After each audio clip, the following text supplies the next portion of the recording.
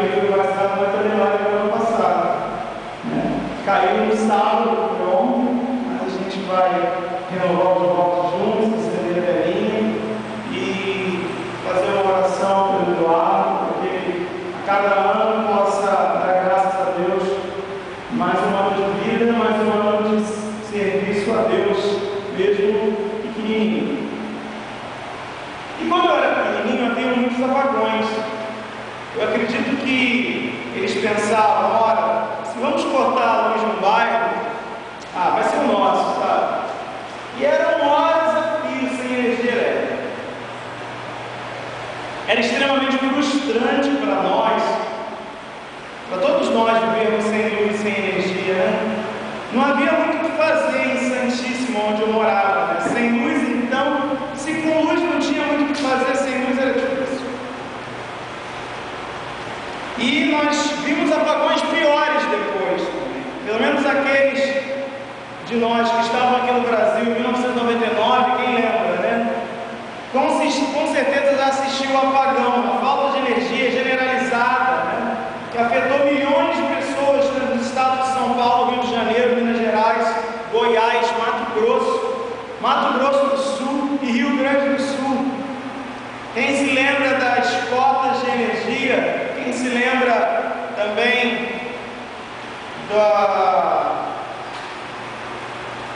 dos apagões mesmo, né? Quando eles realmente cortavam a energia para economizar a luz.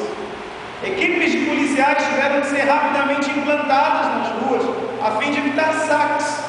Milhares de pessoas foram presas em vagões de metrô.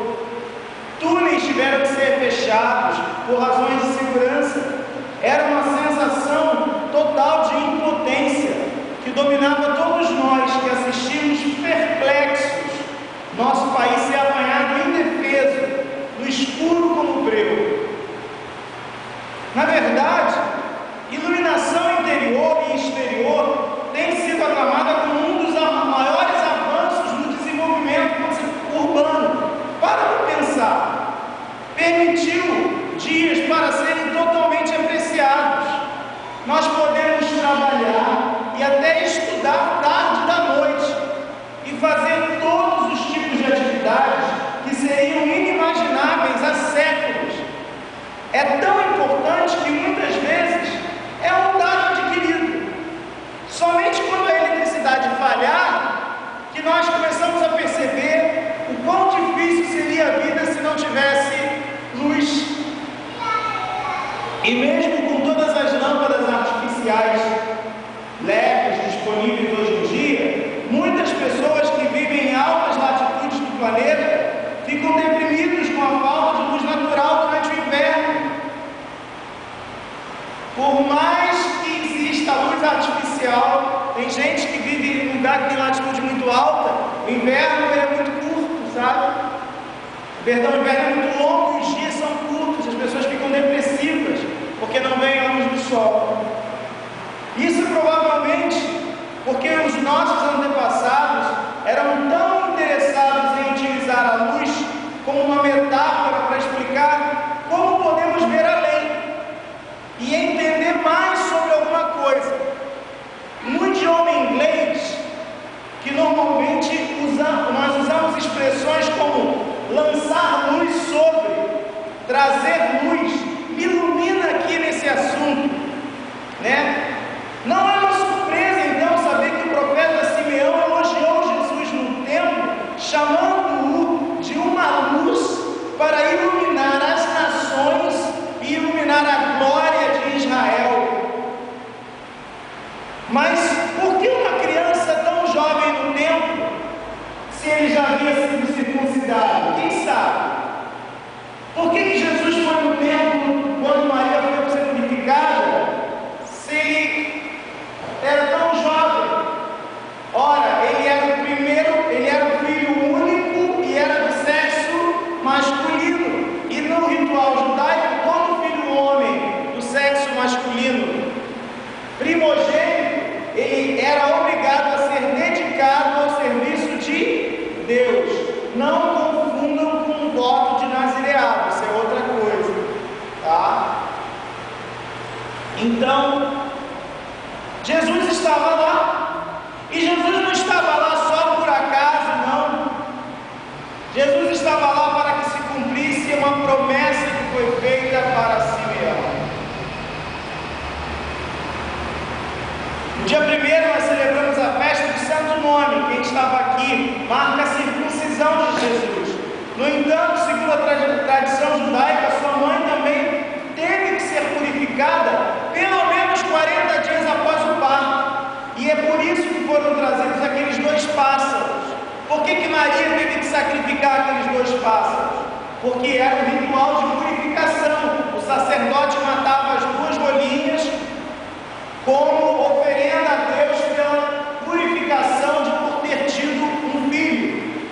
Isso foi também, havia na igreja também, há muitos anos atrás, depois da mulher ter tido um filho, o dia da purificação, onde o pastor, o padre, dava uma bênção. No nosso livro de oração comum, antigo, salvo engano, tem isso. Não tem? Vocês vão procurar e vão ver. Mas ela poderia ter deixado o filho em casa, é claro, se não fosse pelo fato de que, de acordo com a lei, todos os primogênitos têm que ser consagrados a Deus. A Sagrada Família teve que cumprir as exigências da lei mosaica. Portanto, o menino foi levado ao templo para ser apresentado. Mas o que torna esse evento diferente de qualquer outra apresentação de um menino no templo é que essa criança é o Messias. Essa criança é Jesus. Ele era a luz, Ele é a nossa luz. Até as reformas litúrgicas, hoje seria considerado o final da temporada de Natal. E há uma razão pela qual, apesar de ser transferida para o tempo comum, essa festa não vem muito depois do tempo do Natal e da Epifania.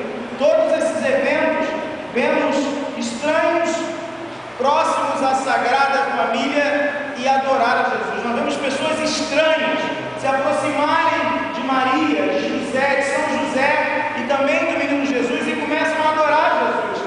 Simeão aparece, Ana aparece, e cada um deles a gente aprende um caráter, uma característica de Jesus. Com os pastores nós aprendemos que Cristo é o Messias.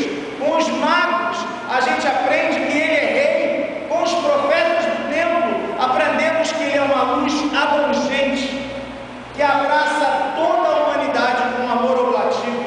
Simeão tinha recebido uma profecia, ele tinha sido guiado pelo Espírito Santo para visitar o templo naquele dia.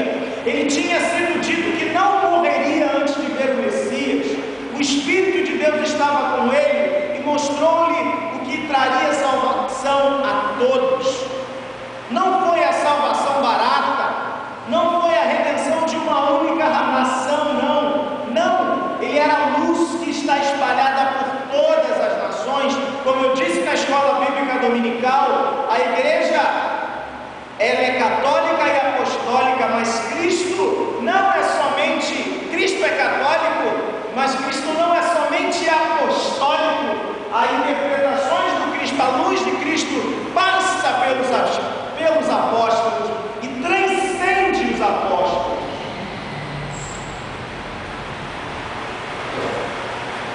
Isso não seria fácil. Jesus estava destinado para a morte e ressurreição, para a queda e a ascensão de muitos.